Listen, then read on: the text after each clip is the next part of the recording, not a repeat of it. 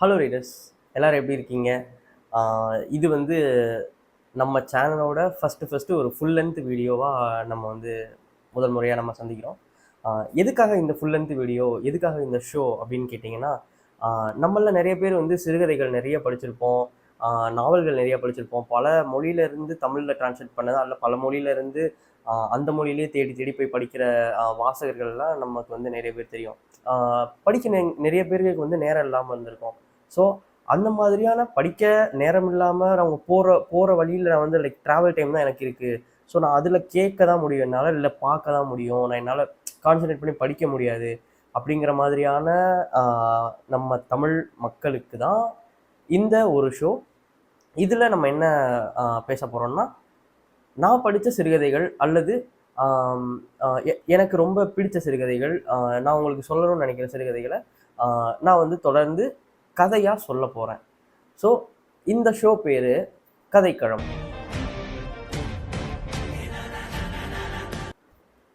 இன்னைக்கு நம்ம பேச போகிற சிறுகதை வந்து என்ன சிறுகதை அப்படின்னு கேட்டிங்கன்னா, அப்பாவின் வேஷ்டி. இது வந்து மறைந்த எழுத்தாளர், என்னோட ரொம்ப ஃபேவரட்டான, ரொம்ப ரொம்ப ஆஸ்தான ஒரு எழுத்தாளர் பிரபஞ்சன் அவரோட ஒரு சிறுகதை. ஸோ ஏன் பிரபஞ்சன்? முதல் சிறுகதையே ஏன் வந்து பிரபஞ்சனோட, ஏன் சிறுகதை ஏன் பிரபஞ்சன் அப்படின்னு கேட்டிங்கன்னா, பிரபஞ்சன் வந்து பொதுவாகவே எழுத்தாளர்களே வந்து ஒரு ஒரு ஒரு தனி ஒரு இதுக்காக அவங்கள வந்து ஒரு குறுக்கி நம்ம பார்க்கக்கூடாது. எழுத்தாளன் என்பவன் எல்லாருக்குமானவன், எழுத்தாளன் என்பவன் இயற்கைக்கானவன்.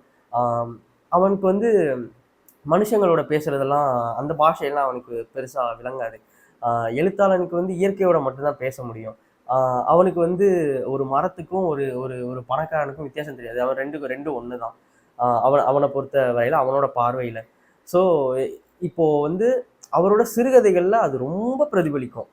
பிரபஞ்சனோட சிறுகதைகள் வந்து என்னோட ரொம்ப ஆஸ்தான ஒரு எழுத்தாளர், ஒரு சிறுகதை எழுத்தாளர் அல்லது ஒரு ஒரு எழுத்தாளர்னு சொல்றதுக்கான மெயின் மோட்டிவே, நான் என்ன மனநிலையில இருந்தாலும், நான் எப்படிப்பட்ட ஒரு ஒரு ஒரு மன அழுத்தத்திலையும் ஒரு கஷ்டத்துலையும் இருந்தாலும், அவரோட ஒன்று ரெண்டு சிறுகதைகள் நம்ம நம்ம வச்சிருப்போம், ஞாபகம் இருக்கா? படம்லாம், சில படங்கள் வந்து ஸ்டாக்காக ஃபோனில் வச்சுருப்போம். எப்பயுமே அதை எடுத்து பார்த்தா நமக்கு கொஞ்சம் மனசு வந்து கொஞ்சம் ரிலாக்ஸ் ஆகும், ஒரு ஒரு மாதிரி சமநிலை அடையும் மனசுன்னு சொல்லிட்டு. அந்த மாதிரியான ஒரு சில சிறுகதைகள் இவரோடதை வந்து நான் ஸ்கேன் பண்ணி ஃபோனில் வச்சுருப்பேன். எடுத்துக்கிட்டு இந்த அப்பாவின் வேஷ்டி அந்த மாதிரியான ஒரு சிறுகதை, அதுக்கப்புறம் சுமதிக்கு ஒரு கடிதம்னு ஒரு சிறுகதை இருக்கும், அப்புறம் வந்து அந்த கதவுகள் மூடப்படுவதில்லை அப்படின்னு சொல்லி இன்னொரு சிறுகதை இருக்கும். ஸோ இந்த மாதிரியான பிரபஞ்சன் அவர்களோட எனக்கு ரொம்ப பிடிச்ச சிறுகதைகளை நான் வச்சுருப்பேன். எனக்கு ரொம்ப இதாக இருக்கும்போதோ, டவுனாக இருக்கும்போதோ, இல்லை ரொம்ப டைட்டாக ஒர்க்கில் வந்து ரொம்ப டைட்டாக ஃபீல் ஆகும்போதோ, நான் வந்து அந்த சிறுகதையை படித்து நானே சிரிச்சுப்பேன். ஸோ அதனால தான் அதில் ஒன் ஆஃப் த ஒரு ரொம்ப சின்ன சிறுகதை, ஃபஸ்ட்டு வீடியோ ரொம்ப லென்த்தாக போயிடாமன்றதுக்காக அந்த சின்ன சிறுகதையை நான் தேர்ந்தெடுத்துக்கிட்டேன். ஸோ இன்னைக்கு அந்த அப்பாவின் வேஷ்டின்ற சிறுகதையை நான் உங்களுக்கு சொல்ல போகிறேன். நீங்கள் இந்த கதையை கேட்க போகிறீங்க. அந்த கதையோட நாயகன் நான் தான். ஸோ அந்த கதையோட நாயகனாக இருந்து நான் இந்த சிறுகதையை உங்களுக்கு சொல்ல போகிறேன். நீங்கள் கேளுங்க, உங்களுக்கு பிடிக்கும். கதைக்குள்ளே போகலாமா? எங்கள் அப்பா கிட்ட ஒரு வேஷ்டி இருந்தது. எங்கள் அப்பா கிட்ட நிறைய வேஷ்டிகள் இருந்தது. வெள்ளை கலரில், தங்க கலரில் அப்படின்னு சொல்லிட்டு நிறைய வேஷ்டி இருந்தது. ஆனால் அதை விட அவர் அந்த ஒரு சிகப்பு கலரில் ஒரு வேஷ்டி வச்சுருந்தார். அந்த வேஷ்டியை அவர் எப்போ எடுத்து கட்டுவாருன்றது தான் நானும் வந்து என் தங்கச்சி ராஜியும் ரொம்ப ஆர்வமாக வெயிட் பண்ணிட்டு இருப்போம். எப்படா அந்த வேஷ்டி எடுத்து கட்டுவார் அப்படின்னு சொல்லிட்டு. சிகப்பு கலர்னா நீங்கள் நினைக்கிற மாதிரி இந்த குங்கும கலரில் இருக்க சிகப்பெல்லாம் கிடையாது. நீங்கள் இந்த செம்பு பாத்திரங்கள்லாம் பார்த்துருக்கீங்களா? அந்த செம்பு பாத்திரங்கள்லாம் நல்லா புளி போட்டு விளக்கி, நல்லா வெயிலில் கவுத்து போட்டு காய வச்சுருப்பாங்க. அப்போது அந்த வெயில் பட்டு அதுலேருந்து ஒரு ஒரு ஒரு சிகப்பு கலர் ஒன்று தெரிக்கும், பார்த்துருக்கீங்களா? அந்த மாதிரியான ஒரு சிகப்பு. சிகப்புன்னா கம்ப்ளீட்டாக வேஷ்டி ஃபுல்லாக சிகப்புன்னு சொல்ல மாட்டேன். அதில் ஒரு சின்ன கரை இருக்கும், அழகான ஒரு பச்சை கலரில் ஒரு கரை இருக்கும், ஒரு 4 விரல் அகலத்தில் இருக்கும். அந்த கரை வந்து ஃபுல்லாக இருக்கும் கீழே.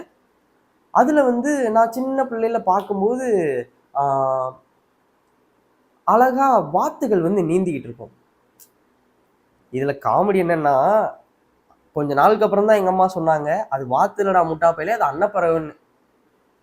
நாங்கள் இது வரைக்கும் அன்னப்பறவைகளை பார்த்ததும் கிடையாது. இந்த வேஷ்டி இருக்குல்ல, இந்த வேஷ்டியை வந்து நம்ம அவ்வளோ சாதாரணமா வந்து யாருனாலும் போய் பாத்துற முடியாது. அது வந்து எங்க அப்பா என்ன பண்ணுவாருன்னா, அவரோட அலமாரில தான் எப்பயுமே வச்சிருப்பாரு.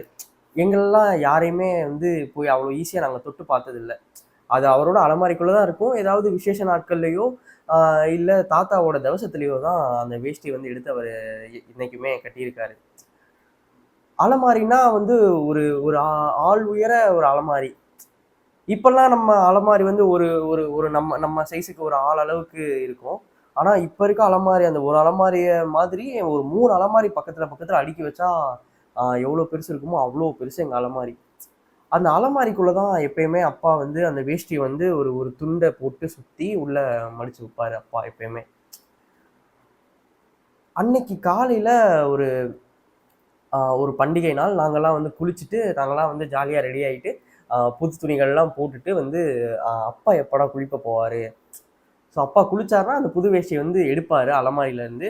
அவர் அத கட்டுவாரு. நம்ம அத பார்க்கலாம். நம்ம தொட்டு பார்க்க முடியும் அப்படின்னு சொல்லிட்டு, ஆ ரொம்ப ஆர்வமா நாங்க வந்து சாப்பிடாம கூட அவர் குளிக்க எப்ப போவாருன்னு சொல்லி பார்த்து வெயிட் பண்ணிட்டு இருந்தோம். ஆனா அப்பா குளிக்க கண்டிப்பா அவசியமா ஒரு ஒரு 1 மணி நேரமாவது தேவைப்படுங்க. அவர் அவ்ளோ நேரம் குளிப்பாரு. அப்புறம் தான் எங்களுக்கு புரிஞ்சது, குளி குளிக்கிறது என்ன அழுக்கு போகுறதுக்கா குளிக்கிறோம்? அந்த சில்லுன்னு அந்த தண்ணி வந்து நம்ம உச்சந்தலையிலிருந்து உள்ளங்கால் வரைக்கும் போய் பட்டு, அந்த உடம்பு ஃபுல்லா அது ஃபுல்லா பரவணும். அந்த குளிர்ச்சிய உடம்பு உணரணும். குளிப்பதே ஒரு சுகம் தானே! அதுக்காக தான் குளிக்கிறோம் அப்படின்னு சொல்லி பின்னால தான் எங்களுக்கு அது புரிய வந்தது. அதனால அப்பாவ நான் மன்னிச்சிடுறேன். 1 மணி நேரம் அவர் குளிக்கிறது வந்து நியாயம் தான். அவ்வளோ நேரம் குளிக்கிறாரே! குளிச்சுட்டு வந்துட்டு உடனே வேஷ்டி எடுப்பாருன்றீங்க? நாங்கலாம் பார்த்துட்டே இருக்கோம் அப்படிங்கிறதுக்காக வேணும்னே அவர் லேட்டா எடுக்குறாரோ! ஒரு ஒரு ஒரு ஒரு நாட்கள்ல அப்படின்ற மாரிலாம் எங்களுக்கு சில நேரம் தோண ஆரம்பிச்சுரும். அது உடனே வந்து துடைக்கவும் மாட்டாரு. அந்த வந்து கோவணத்த கட்டிட்டு, அதுக்கு மேல துண்டு கட்டிட்டு, வந்து வெளிய நின்னு, அவருக்கு வந்து அவரு ஃபுல்லாத்தையும் துடைக்க மாட்டாரு. ஆ பாதிய தானும், பாதிய வந்து சூரிய ஒளியும் வந்து அவருக்கு வந்து தொடச்சு விடணும். அப்பனா தான் அவருக்கு வந்து குளிச்ச அந்த ஒரு முழு இன்பமே அவருக்கு கிடைக்கும். இதெல்லாம் அவர் பண்ணிட்டு இருக்கும்போது, நாங்க வந்து அப்படியே பார்த்துட்டே இருப்போம். ஆ என்ன பண்றாரு? ஏது பண்றாருன்னு சொல்லிட்டு. ஆ அவர் வந்து அந்த முத்தத்துக்கு வந்துட்டு, ஆ தன்னோட கோவணத்த எடுத்து புழிஞ்சு அத கொடியில காய போட்டு, அது பறந்துராம இருக்குன்றதுக்காக ஒரு முனையும், இன்னொரு முனையும் புடிச்சு முடிச்சு போட்டு, ஆ அதுக்கப்புறம் துண்ட கட்டிக்கிட்டு, ஆ தன் முடிய வந்து கீழ போட்டு அ உதறுவாரு. தலை காய வைக்கணுன்றதுக்காக. அதுலேருந்து அப்படியே நீர் துளிகள் வந்து பறக்கும். அது சின்ன ஒரு கொசு கூட்டம் மாதிரி வந்து எங்க கண்களுக்கு வந்து அது இருக்கும். அந்த வேஷ்டிய பத்தி சொல்லணும்னா, அந்த வேஷ்டி வந்து வருடத்துல 3/4 நாள் வந்து அந்த எங்களோட அலமாரியில வந்து மடிச்சு வைக்கப்பட்டே இருக்கும்.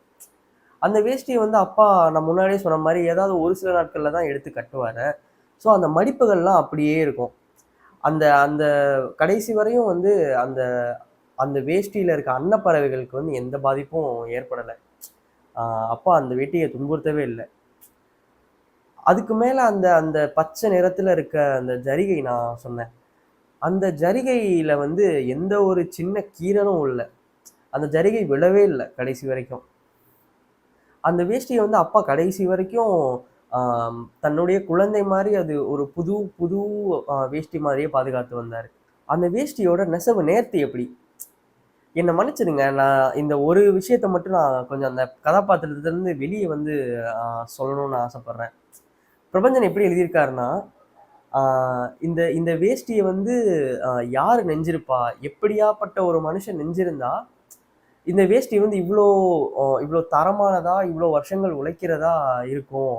அப்படின்னு சொல்லி பிரபஞ்சன் எழுதியிருக்காருன்னா, காவிரி கரையில ஆ சோத்துக்கே பஞ்சமில்லாம நல்லா சாப்பிட்டு வெத்தலைய போட்டு வாய் ஃபுல்லா சிவந்த, தன்னோட உடம்பு ஃபுல்லா ஒரு இளஞ்சூடு பரவுன ஆ ஒரு மனிதன், அ அ அவனோட மனைவியோட சேர்ந்து இந்த வேஷ்டிய நெஞ்சிருப்பான் அப்படின்னு சொல்லி பிரபஞ்சன் சொல்றாரு.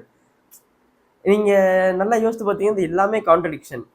ஆ சோத்துக்கு பஞ்சம் இல்லாம நெசவாளி வந்து அ நீங்க இதுவரைக்கும் பெருசா கேள்விப்பட்டிருக்க மாட்டீங்க. ஆ அண்ட் காவிரி கரையோரத்துல அவன் வந்து வேஷ்டி வேஷ்டி நல்லா கட்டிட்டு, ஆ இளஞ்சூடுல அவன் நல்லா நல்லா சாப்பிட்டுட்டு அவன் இருந்தா அந்த வேஷ்டி நெஞ்சிருந்தா தான் இப்படியாப்பட்ட ஒரு பதம் வந்து கிடைக்கும் அப்படின்னு சொல்லிட்டு அவரு சொல்றாரு. இதை படிக்கும்போது வந்து இப்படி யோசிச்சு இந்த மாதிரியா எழுதியிருப்பாரு அப்படின்னு சொல்லிட்டு ரொம்பவும் ஆர்வமா இருந்தது. ரொம்ப ரொம்ப வியப்பா இருந்தது. ஓகே, நான் திரும்ப கதாபாத்திரத்துக்குள்ள போய்க்கிறேன். எனக்கு வந்து அந்த காலங்கள்ல கல்யாணத்துக்கு போறதே வந்து ரொம்ப ஒரு ஆர்வமா இருந்தது. ரொம்ப சந்தோஷமா வந்து "கல்யாணமா? நான் வரேன்" அப்படின்னு சொல்லிட்டு ரொம்ப சந்தோஷமா கல்யாணங்களுக்கெல்லாம் நான் போவேன். ஏன்னு கேட்டா, அந்த மாப்பிள்ளைகள்லாம் நல்லா பட்டு வேட்டி கட்டியிருப்பாங்கல்ல. ஸோ அத பார்க்கறதுக்கே வந்து எனக்கு வந்து ஒரு பெரிய பேரானந்தமா இருக்கும். அ பெண்கள்லாம் வந்து விதவிதமான பட்டு சேலைகள் வந்து அ கட்டிக்கிட்டு வருவாங்க. அந்த கல்யாணத்துல நம்ம விதவிதமா பட்டு சேலைகள பார்க்கலாம். மாப்பிள்ளைகள், மாப்பிள்ளை தோழர்கள்லாம் வந்து பட்டு வேஷ்டிகள் கட்டியிருப்பாங்க. அதோட அந்த மென்மை, அதோட வழவழப்பு, அத தொட்டு பார்க்கும்போது கிடைக்கிற எனக்கு சந்தோஷம், அதெல்லாம் வந்து ரொம்ப எனக்கு ஒரு பெரிய சந்தோஷத்த குடுத்தது. ஆ, இன்ன வரைக்குமே நினைச்சிட்டு இருக்குது பெண்கள்லாம் வந்து பட்டு சேலைகள்லாம் நிறைய வாங்கி வச்சுட்டு அதை கட்டிக்கிட்டு வந்து கல்யாணத்துக்காக காத்துக்கிட்டு இருக்காங்க அப்படிங்கிற மாதிரிலாம் நான் வந்து சின்ன பிள்ளையில யோசிச்சுட்டு இருப்பேன் அந்த கல்யாணங்களை போய் பார்க்கும் போதெல்லாம். ஒருவேளை இந்த கல்யாணங்களே இல்லாம போச்சுன்னு வச்சுக்கோங்களேன், பெண்கள் எல்லாம் கண்ணீர் வடிச்சிட மாட்டாங்க. தன்கிட்ட இருக்க பட்டு புடவைகள்லாம் கட்டி அவங்களுக்கு வந்து இன்னொருத்தவங்கள்ட்ட காட்டுறதுக்கு ஒரு வாய்ப்பு இல்லாம போயிருமே. அப்புறம் பெண்கள்லாம் ரொம்ப பாவம் இல்லைங்க. இதுவரைக்கும் எங்க அப்பா அந்த வேஷ்டிய வந்து குளிப்பாட்டி நாங்க மொத்தமே ஒரு 2 தடவ தாங்க பார்த்துருக்கோம். ஒரு ஒரு சின்ன கைக்குழந்தைய குளிப்பாட்டுற மாரி குளிப்பாட்டுவாரு அந்த மனுஷன். ஆம், அதுக்கு வந்து சுடு தண்ணிலாம் ஆகாதாம். ஆ நல்ல குளிர்ந்த நீர்ல தான் அந்த வேஷ்டிய வந்து குளிப்பாட்டுவாரு. அதுக்கு வந்து சவுக்காரம்லாம் போட்றவே கூடாது. ஒன்லி சந்தன சோப்பு தான் போடணும். அதுவும் மைசூர் சந்தன சோப்பு தான் போடணும். அந்த மைசூர் சந்தன சோப்புக்கு முன்னாடி வந்து அ அ பிரான்ஸ்ல இருந்து இறக்குமதி ஆகிட்டு இருந்த அந்த கதம் சோப் அப்படின்னு சொல்லி ஒரு சோப் போட்டுட்டு இருந்தாரு. அது வந்து கதம் சோப்ப வந்து அவங்க பேசி பேசி கதம்ப சோப்புன்னு அது ஆயிடுச்சு. ஸோ அது வந்து முன்னாடி அது போட்டுட்டு இருந்தாரு. இப்போ வரைக்கும் அது வந்து மைசூர் சாண்டல் சோப் தான் இப்போ வரைக்கும் அந்த வேஷ்டிய போட்டு குளிப்பாட்டி இருந்தார் கடைசி வரைக்குமே. அத அந்த வேஷ்டிய அவர் வந்து குளிப்பாட்டுறது பார்க்கணுமே. எங்க அம்மா வந்து எங்களுக்கெல்லாம் எண்ணெய் தேய்ச்சு விடுவாங்க. நல்லெண்ணெய் தலைக்கு நல்லா வச்சு குளிர்ச்சிக்கு தேய்ச்சு விடுவாங்க. அந்த மாதிரியான ஒரு முரட்டுத்தன்மைலாம் அந்த வேஷ்டி கிட்ட எங்க அப்பா காட்டவே மாட்டாரு என்னைக்குமே. நல்லா இந்த பக்கம் நுனிய புடிச்சுட்டு நல்லா அத புழிய கூட மாட்டாரு. புழிஞ்சு அடிச்சுலாம் துவைக்க மாட்டாரு. ஏன்னா, அது வந்து ரொம்ப வயசான ஆ நாள்பட்ட ஒரு வேஷ்டி. ஸோ அது வந்து கிழிஞ்சு போகறதுக்கான வாய்ப்பு ரொம்ப அதிகம்ல. ஸோ அதனால நல்லா இந்த முனையிலயும் புடிச்சுட்டு நல்லா உள்ள முக்கி எடுத்து அத வந்து எங்க மேல அப்படி உதறுவாரு. நாங்க இந்த பக்கம் நின்னுட்டு அப்படியே அந்த மலை சாரல் வந்து எங்க மேல விழுகிற மாதிரி வந்து நானும் என் தங்கச்சி ராஜியும் அப்படி நின்றுருப்போம். எங்க அப்பா எங்க மேல இப்படி உதறுவாரு. அதுல எங்களுக்கு ஒரு ஆனந்தம். அத வந்து வெயில்லயும் போட்டுறக்கூடாது. ஏன்னா, அது வந்து நிறம் மங்கி போயிரும்ல. ஸோ, அது வந்து நல்ல நிழல் படுற ஒரு இடத்துல போட்டுட்டு, எங்ககிட்ட சொல்லிட்டு போயிருவாரு. எங்களுக்கு சின்ன பிள்ளையில அதுதான் வந்து வேலை. ஆ 5 நிமிஷத்துக்கு ஒரு தடவ போய் அத தொட்டுட்டு தொட்டு வருவோம். ஆ இந்த 5 நிமிஷத்துக்கு வந்து என் தங்கச்சி போவா. நான் அதுக்கப்புறம் அவளுக்கு போயிட்டு வந்தப்புறம் அதுக்கப்புறம் நான் போவேன். போய் தொட்டுட்டு தொட்டுட்டு பார்த்துட்டு வந்து, ஆ அந்த வேஷ்டி எப்ப காயும்னு பார்த்துட்டு, போய் எங்க அப்பாட்ட சொல்றது தான் எங்களுக்கு அந்த அந்த வேட்டி துவைக்கிற அன்னைக்கு வேலையே. நாங்க வந்து அது போய் தொட்டுட்டு தொட்டுட்டு போய் பார்த்துட்டு அப்பாட்ட சொல்லுவோம். காய்ஞ்சிருச்சுன்னா அப்பாட்ட ஓடி போய் சொல்லுவோம். அப்பா அத எடுத்து, திரும்ப வந்து அதே மாதிரி அந்த மடிப்பு கலையாம மடிச்சு, அந்த ஒரு வேஷ்டியில சுத்தி, ஆ எடுத்து அலமாரியிலே போய் எங்க அப்பா வந்து திரும்ப வச்சுருவாரு. திரும்ப அந்த வேஷ்டிய பார்க்கறதுக்கு அடுத்த பண்டிகைக்கோ, இல்ல அடுத்த வருஷம் தாத்தாவோட தவசத்துக்கோ தான் நாங்க வந்து காத்துக்கிட்டு இருக்கிறோம். அதுவரைக்கும் எங்களுக்கு அந்த வேஷ்டி பார்க்க கிடைக்காது. அப்படியே நாட்கள் வந்து கொஞ்சம் கொஞ்சமா போச்சு. எனக்கும் மீசைலாம் முளைச்சிச்சு. நான் வந்து பள்ளிக்கூடத்துல முடிச்சுட்டு கல்லூரி போனேன், வேலைக்கு போனேன். இந்த சின்ன பிள்ளையில இந்த வேஷ்டி வந்து என்னோட மூளைக்குள்ள ஆக்கிரமிச்சிருந்த அந்த இடங்கள வேற சில விஷயங்கள்லாம் ஆக்கிரமிச்சுச்சு. இருந்தாலும் அப்பப்போ ஊட ஊட நடுவுல அந்த வேஷ்டியோட நெனப்பு வந்து அங்கங்க வந்துட்டு போச்சு. அது இருக்கும் அல்லவா? அது சின்ன பிள்ளையிலேருந்து நமக்கு அந்த அ அதன் மீதான ஒரு தீராத காதலும், அதன் மீதான ஒரு வியப்பும், அ அது நடுவுல எவ்வளோ வயசானாலும் அது கண்டிப்பா வரதான் செய்யும். அது எல்லாருக்கும் உங்களுக்கு ஒரு ஒரு அதே மாதிரியான ஒரு விஷயம் கண்டிப்பா இருக்க தான் செய்யும். அதே மாதிரி எனக்கும் உடல அந்த அந்த நினைவும், அந்த அந்த மென்மையும் வந்து நான் அடிக்கடி உணர்வேன். ஆ ஆனா என்ன, இப்போ பழைய மாதிரி அந்த அ அது அந்த வேஷ்டிய வந்து கொண்டாடி தீர்க்கிறதுக்கு, அத வந்து குழந்தை மாரி பார்த்துக்கிறதுக்கு அப்பா இல்ல. ஆ ராஜியும் வந்து கல்யாணம் பண்ணி போயிட்டா. ஸோ, இப்போ நானும் அம்மாவும் மட்டும் தான் வீட்ல. ஒரு நாள் வந்து ஒரு ஒரு விநாயகர் சதுர்த்திக்காக நான் வந்து வீட்டுக்கு வந்திருந்தேன், ஊர்லேருந்து வந்திருந்தேன். போயிட்டு பிள்ளையார்லாம் வாங்கிட்டு வந்துட்டு, அச்சு பிள்ளையார் தான். நம்ம நம்ம எப்படி செய்கிறது, நம்ம செய்ய முடியாது வீட்டில் இப்போதைக்கு. அதனால் அச்சு பிள்ளையார் வாங்கிட்டு வந்து வச்சுட்டு, அம்மா சொல்கிறாங்க, போடா போய் அந்த வேஷ்டி எடுத்து கட்டிட்டு வா, நம்ம ஆரம்பிப்போம், சாமி கும்பிடுவோம் அப்படின்னு சொல்லிட்டு. கரெக்டாக எனக்கு உடனே படபடப்பு வந்துருச்சு. நான் வந்து அந்த வேஷ்டியை நான் போய் கட்ட போகிறேன், அந்த வேஷ்டியை நான் தொட போகிறேன், எடுத்து கட்ட போகிறேன் அப்பாவோட வேஷ்டின்னு சொல்லிட்டு எனக்கு ஒரு மாதிரி மனசே ஒரு மாதிரி படபடப்பாயிடுச்சு. மனசே போயிட்டு நான் வந்து அந்த அலமாரி, அப்பாவோட அலமாரியை திறக்கிறேன். அன்னைக்கு நாங்கள் உணர்ந்த அதே அந்த பச்சை கற்பூரம் வாசனை, அதே மாதிரியான ஒரு ஜாதிக்காய் பெட்டி அப்பா வச்சுருப்பாரு. அந்த பெட்டிக்குள்ளே தான் ஒரு துண்டுவை போட்டு அதை மடித்து, வேஷ்டியை மடித்து உள்ளே வச்சுருப்பாரு. அது கூட நான் சின்ன பிள்ளையில பார்த்தேன், அந்த சில மோதிரங்கள்லாம் இருந்தது. அதெல்லாம் வந்து என்னோட கல்லூரி படிப்புக்கு காணாமல் போயிடுச்சு. நான் கல்லூரி படித்தேன், இந்த பக்கம் மோதிரம் காணாமல் போயிடுச்சு. ஸோ உள்ளே திறக்கிறேன், நான் திறந்து பார்க்குறேன், அதே மென்மை, அதே அன்னைக்கு நான் பார்த்த அதே வியப்பு, அதே மென்மை, அந்த அந்த துணியில் வந்து அதே வளவளப்பு எடுத்து நான் வந்து அதை கட்டிக்கிட்டு, எனக்கு வந்து அதை ஒரு ஒரு வேஷ்டி கட்டின மாதிரியே இல்லை, அவ்வளோ மென்மையாக ஏதோ ஒரு வாழை இலையை நான் கட்டிக்கிட்ட மாதிரி எனக்கு ஒரு எண்ணம். அவ்வளோ மழமழப்பாக அந்த வேஷ்டி இருந்தது. நான் கட்டிக்கிட்டு கொஞ்சம் ஒரு ஒரு ஒரு கனமான மனசோடு தான் இருந்தேன். பல எண்ணங்கள் மனசில் ஓடிட்டு இருந்தது.